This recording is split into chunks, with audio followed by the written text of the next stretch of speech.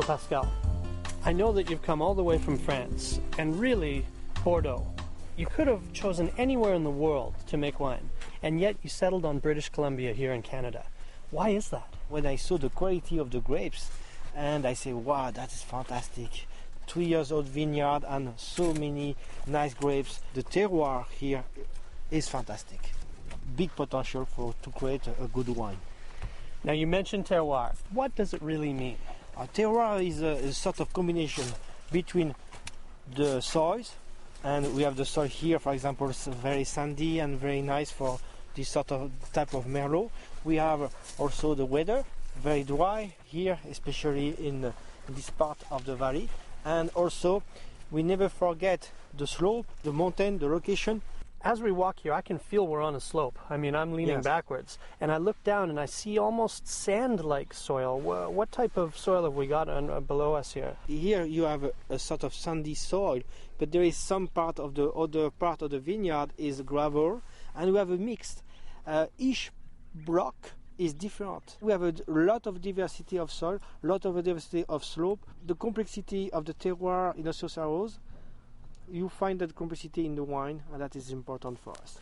And the one thing I know about this vineyard is that we have all 5 Bordeaux varieties planted here. That's Cabernet Sauvignon, Cabernet Franc, Malbec, Petit Verdot, and Merlot. Now back at the winery, you're going to take all these different blocks and all these different grapes and blend them together to make one super fantastic wine, if you will. Exactly, yes. Sounds great.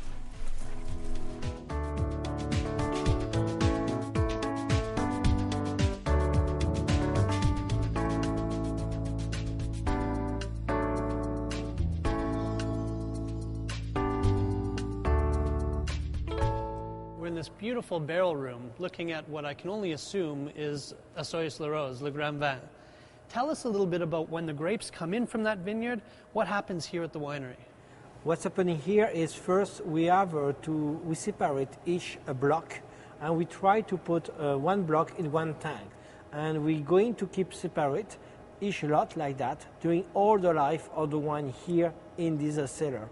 So all the way from the moment that the grapes arrive at the winery till the time they go in the bottle, they never commingle with each other? No, never. Just before the bottling, I say around 3 months before, we blend. When the decision of the blend is done, we blend all the lot together.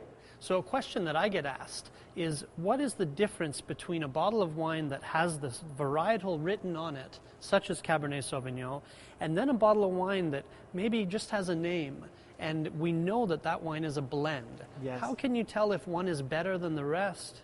When you have just one varietal, it's very good, but us, we want to put something else and to add something else. It's like when you cook, you put, for example, a meat, but you put a spice, salt to complex the system.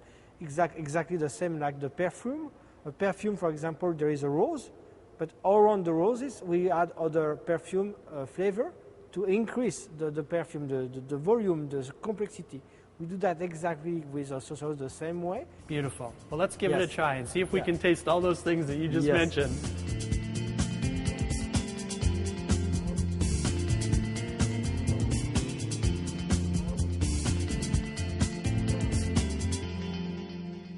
There's, that front palate with possibly the Cabernet that hits you first, and then that jammy, plummy Merlot. And you feel a lot of layers and different layers and the elegancy and the complexity. You're tasting many different things, but they all come together to create this wonderful flavor and complex level on your palate of silkiness and elegance and fruit and tannin and alcohol all together. You should be very proud of yourself, Pascal. Cheers. Thank you.